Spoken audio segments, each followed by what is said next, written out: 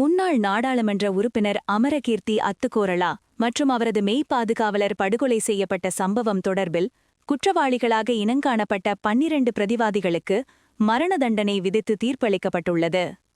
கம்பஹா நிரந்தர மூவர் அடங்கிய மேல் நீதிமன்ற நீதிபதிகள் குழாம் இன்று இந்த தீர்ப்பை அறிவித்துள்ளது.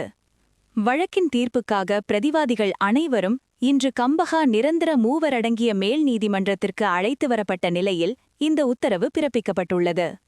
கடந்த 2022ஆம் ஆண்டு மே மாதம் 9ஆம் திகதி நாட்டில் இடம்பெற்ற வன்முறைகளின் போது நிட்டம்பூவ பிரதேசத்தில் வைத்து மேற்கொள்ளப்பட்ட தாக்குதலில் அப்போதைய நாடாளுமன்ற உறுப்பினர் அமரகீர்த்தி அத்துக்கோரளா மற்றும் அவரது மெய் பாதுகாவலர் ஆகியோர் அடித்து கொலை செய்யப்பட்டனர்.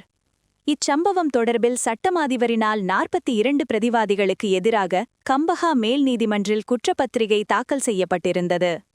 அதன்படி குறித்த வழக்கின் விசாரணைகள் முடிவடைந்ததை அடுத்து கடந்த ஜனவரி 14ஆம் திகதி வழக்கு விசாரணைக்கு எடுத்துக் கொள்ளப்பட்டபோது அதன் தீர்ப்பு இன்றைய தினத்திற்கு ஒத்திவைக்கப்பட்டிருந்த நிலையில் மேற்படி உத்தரவு பிறப்பிக்கப்பட்டுள்ளது.